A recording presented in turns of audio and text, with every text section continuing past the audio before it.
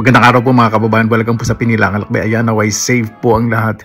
Ngayon lalabas po tayo. Gusto ko po kasing kumain at bibili po ako ng mga gamit para po sa aking mga halaman po dito sa loob ng bahay.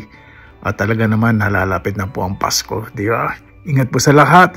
Sana apektuhan po ngayon ng bagyo at iba pa pong mga sakuna at mga may pinagdadaanan po sa buhay. Ang laki ng dilim at maulan po ngayon. Kakaiba po yung winter ngayon. Ayan po, walang yelo. Tapos ewan ko po, alam ko pag winter, bihira na po umulan, dapat snow. Ngayon, 1 plus 6, tapos nag-i-snow. Pasado alas 3 pa lang po ng kahapon. Ang laki po ng dilim. Nakakabis ko sa Pilipinas pag ganito. Nasa ilalim po kami ng mga manggahan, naghihintay po ng mga pagsak ng mga bunga ng mangga. Tapos idadalo ko, ibuburo po ni nanay, kakabis.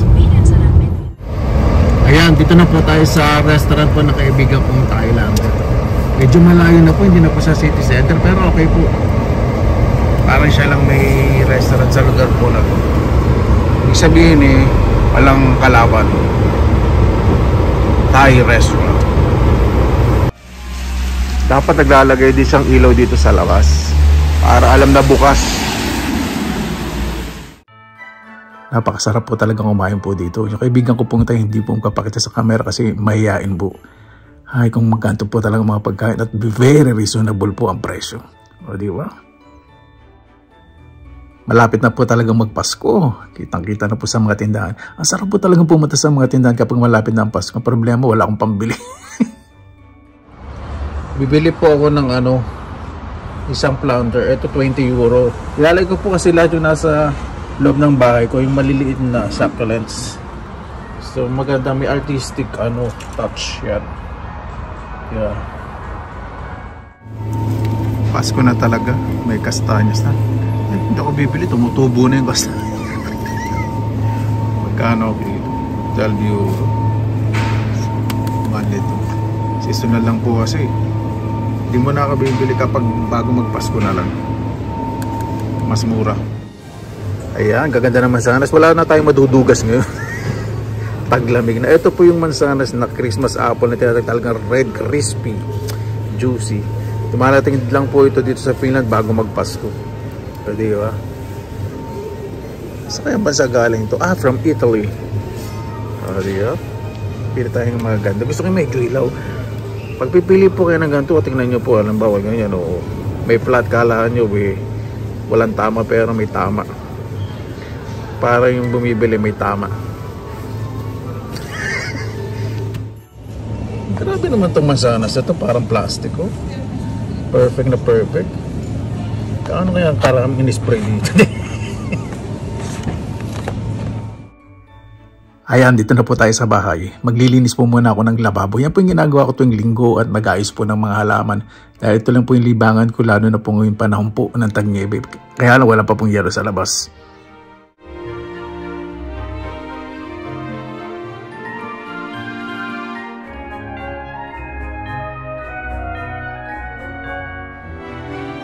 Ayan po, dito na po ako sa bahay. Nakapaghugas na ng pinggan ngayon, magagatin.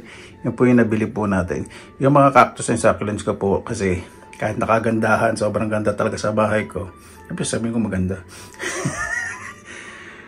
Mahirap lang po kasi maglinis. So lalagay ko na lang sa isang maayos na lalagyan. At yung iba pong succulents doon na mamatay, lilinisin ko. Yung nilipat ko doon, yung pwedeng diligan lagi, lilipat ko doon. Yung kahit kalahating to hindi mo diligan, okay na okay lang. O, diba?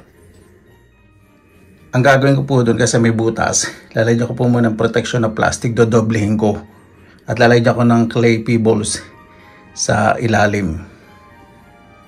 Para pag diniligan ko yung mga cactus, hindi po may stock. Po na nga ako. Nakikita ko po muna. Siyempre kaya nga ako nagbibideo sinasagot ko yung sarili. Nagbibideo ka, di ipakita mo, abnormal ka pala. Sinasabihan ko pa yung sarili ko, abnormal. I'm not referring to anybody, to everybody, nor to somebody. Alam ko, magaling mo English. Ang tama, no? So, ito, meron pong extra plastic bag dito sa mga basura. Isin ko po muna ito.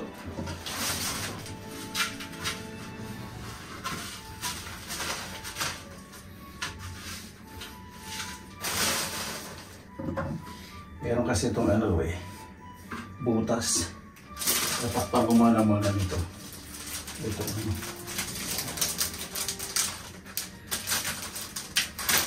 Ito pa sa ilalim. Ayan po.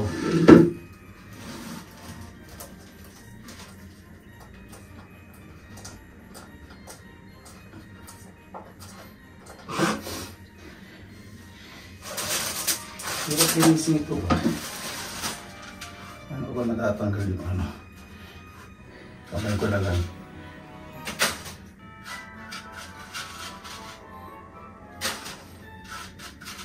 May mga particles kasi. Ano po ito? Fabric. Fiber. Fiber pot. Meron siya mga hibla. Casted. Hinulumang may fiber. Yan, okay na po isa na yun. So, pakikita ko pa muna ito ha. Ito madali lang naman. Lilinis ako. Maglalagay ako ng mga bagong halaman. Ito po, gagamit tayong trash bag.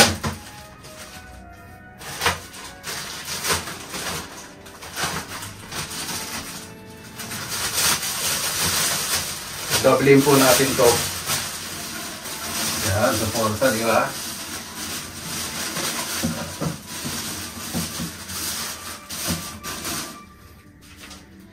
Ito po muna yung unang step bago po natin i-fast forward.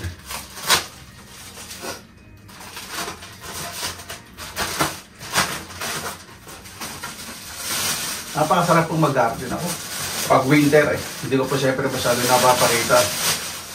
Ito po sa loob ng bahay, wala po kayong makikita ni isang tuyong dahon sa mga halaman ko.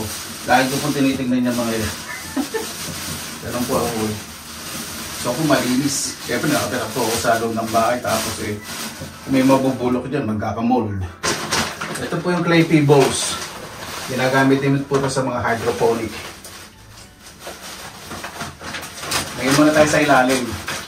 Kasi wala nga pong butas ng plastic. So, yung drainage, pupunta sa ilalim.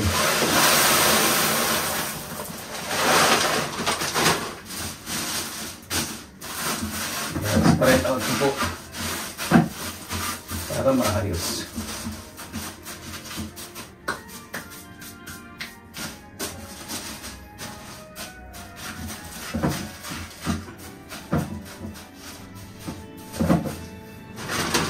Design pa ba sa babaw? Kaya pa siguro. Kaya ba ako? Yan. Ito lang po mula itong unang step. Lalagay ko na po itong lahat ng lupa. Pag nasa lupa ng bahay talaga pag bibili po kayo ng lupa, pang indoor, bisayin mo na po insekto. So kung gagawa kayo ng mga lupang pang indoor, may plastic po, di ba? May timba, may tubig. Kailangan po yung plastic, buhol na buhol, kaya may goma. Lagyan nyo po yung lupa. Lagyan yung bato sa ibabaw, nakabigat. Tapos buhusan nyo ng tubig na mainit. Siguraduhin nyo lahat na hindi man naman matutunaw. Tapos overnight, wala. Patay na yung insekto. Pwede nyo na pong gamitin sa loob ng bahay. Yun na po natin. Ito eksakto lang po itong bilhin ko, 10 liters. Dito sa planter. O sa planter pot o pot. Garden pot. Kung ano pa tawag po ninyo. Yan. So sa gilid-gilid, ayusin natin. At ganito po technique. Hilahin po ninyo. Diba, dinoble po natin. So, malalaman nyo yung gilid kung lalagyan na ba ng lupa.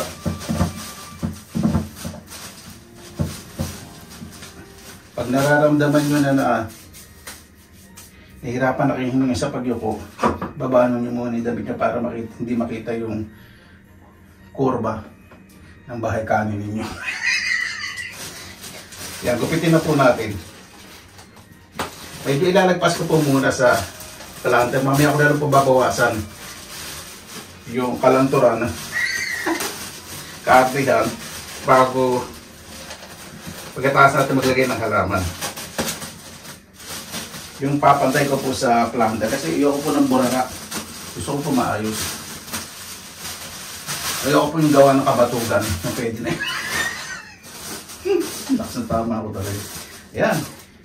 So, lari ko na po dito yung mga cactus and succulents.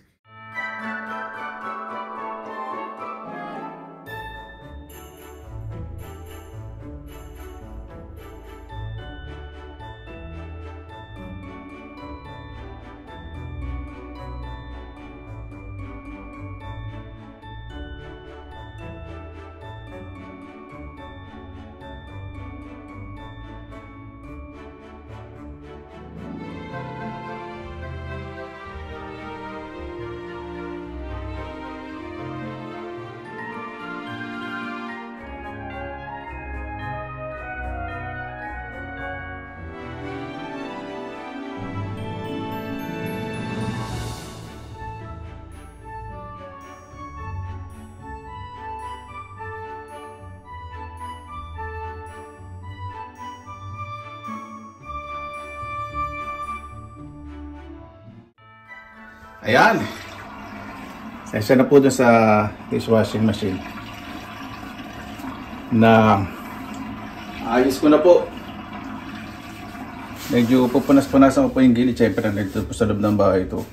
Kasi itong mga cactus, hindi po pwedeng basain kapag lipat. Lalo na kapag winter po ngayon. Hindi po maganda. Dahil mamamatay po yan. Yung lupa kasing ginamit ko po, medyo may moisture.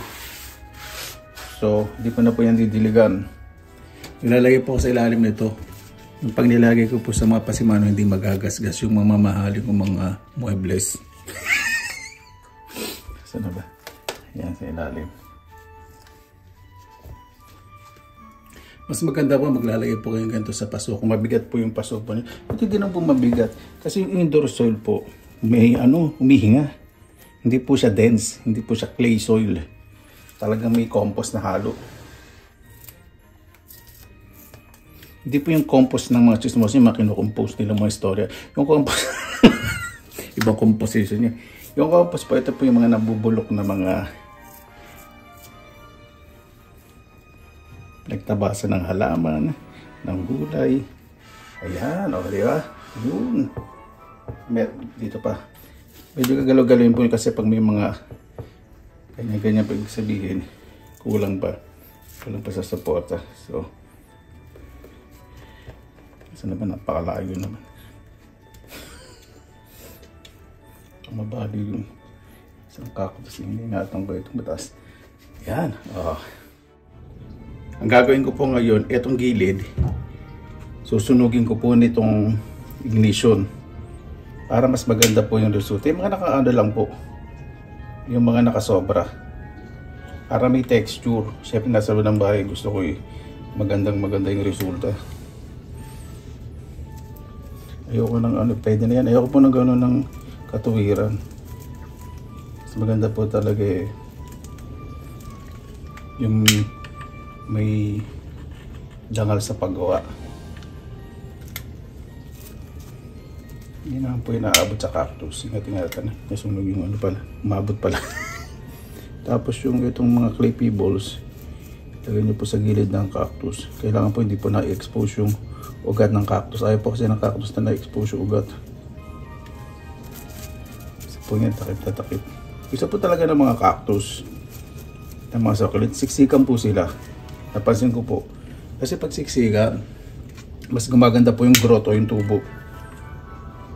Bawas po itong rain shoot kapag nasa po kayo, ibang bansa na hindi nyo nabubuksan yung bahay, may winter, gagawin nyo ito buksan nyo yung rain shoot kasi yung smoke detector nyo, tutunog yun.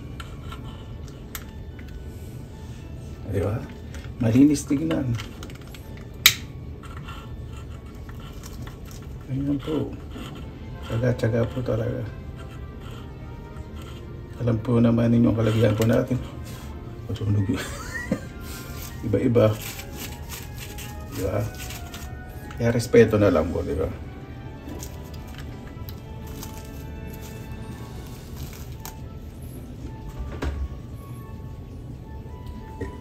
Ako po yung tao na may mababa po talagang kaligayahan. Uy, huwag kang masunog. Okay na nga, ito na lang muna tayo. Ayan.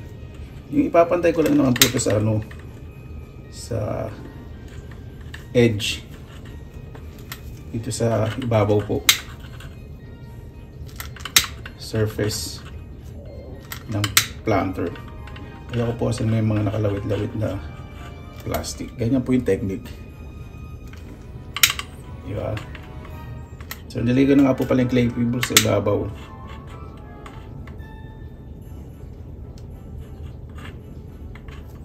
Ayan, ganda po ng resulta. Malinis tignan. Ah, masunog yun ah.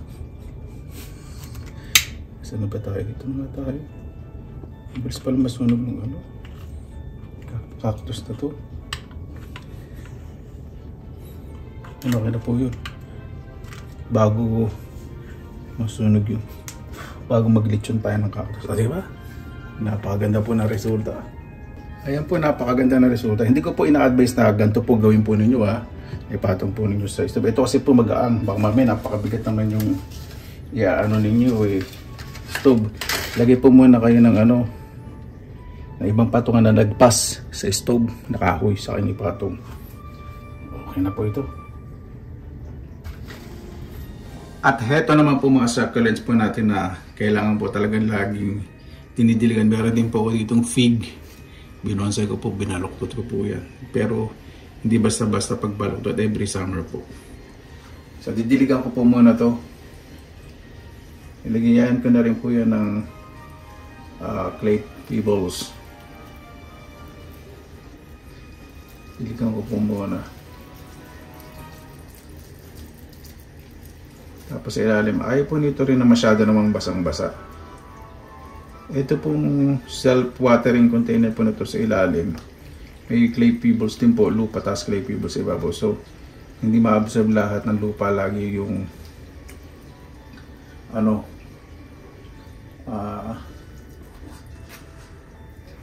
yung moisture ng lupa kasi ayaw din po nito. Diba? Kuya, bakit nasa malaking paso? Eh kasi ito, malakas pong magugat po ito. Itong fig. Marami na po ugat yan. Malaki po ito eh, pinaputol-putol ko. So mga 2 years, mamumunga na po ito. And then ang gagawin ko po dyan, sprayan ko lang.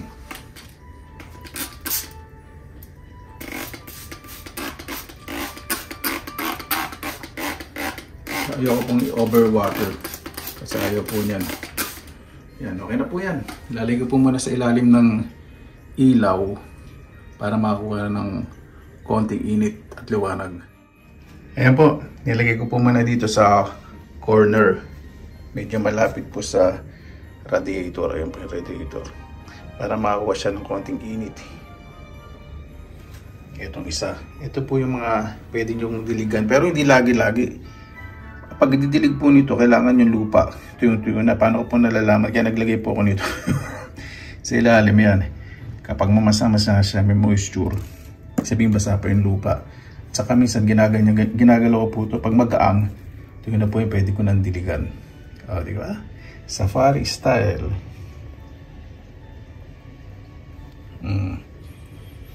Mabubuhay na po yan ng maayos. Ito, malakas pong tumaas po ito. Pag tumaas na, napakaganda. Ito po yung mga ibang cactus and succulents ko po, di ba? Hindi ko na po dinidiligan po ito dahil winter. Mamamatay po yan. Pero kapag tuyo na po yung lupa talaga, minsan nag-i-spray ako pero bihira. Pag winter, hindi ko na po talaga dinidiligan. Ganyan po yung secret. Tapos may ilaw. Parang mini greenhouse po ito eh. Tapos meron din po ako ditong cactus at yung bonsai ko. Yan, binaluktot ko na rin po yung mga sanga. Malinis, maganda. At ito po syempre. Ganda po ano. Yan po yung kaligayahan ko. Kaysa bumili pa ako ng mga damit. Kahit naman ang isuot ko bagay sa akin. Kahit luma na. Nasa dating naman talaga yun. Hindi nasa mahal ng isusunod mo. Kung hindi ka naman naghihilo, di ba? Betul yun. Yan. Meron po ako itong angel. Bagay na bagay po. Dati po, di ba, napaka cluttered o parang messing tingnan. Pero, hindi naman messing malinis. Kaya lang ngayon, napaka-simple. O, di ba? Yayamanin ang dating. Pang hotel ang dating. Ito, medyo nalalanta po ito. Kalimutan kong diligat. Pero, makakasurvive po yung mga kasi nakatapat po yan sa mas magandang ilaw. Diba? Ito hindi po basta-basta nakakapagpabuhay po nito indoor. Gulat po ako usbong-usbong. Diba? Paano po? Maraming salamat na po sa inyong oras na ilan sa Pinilangang Lakbay. Basta lagi po tayong positive vibes, good vibes. God bless, ingat po lagi. Magandang araw. Laban lang!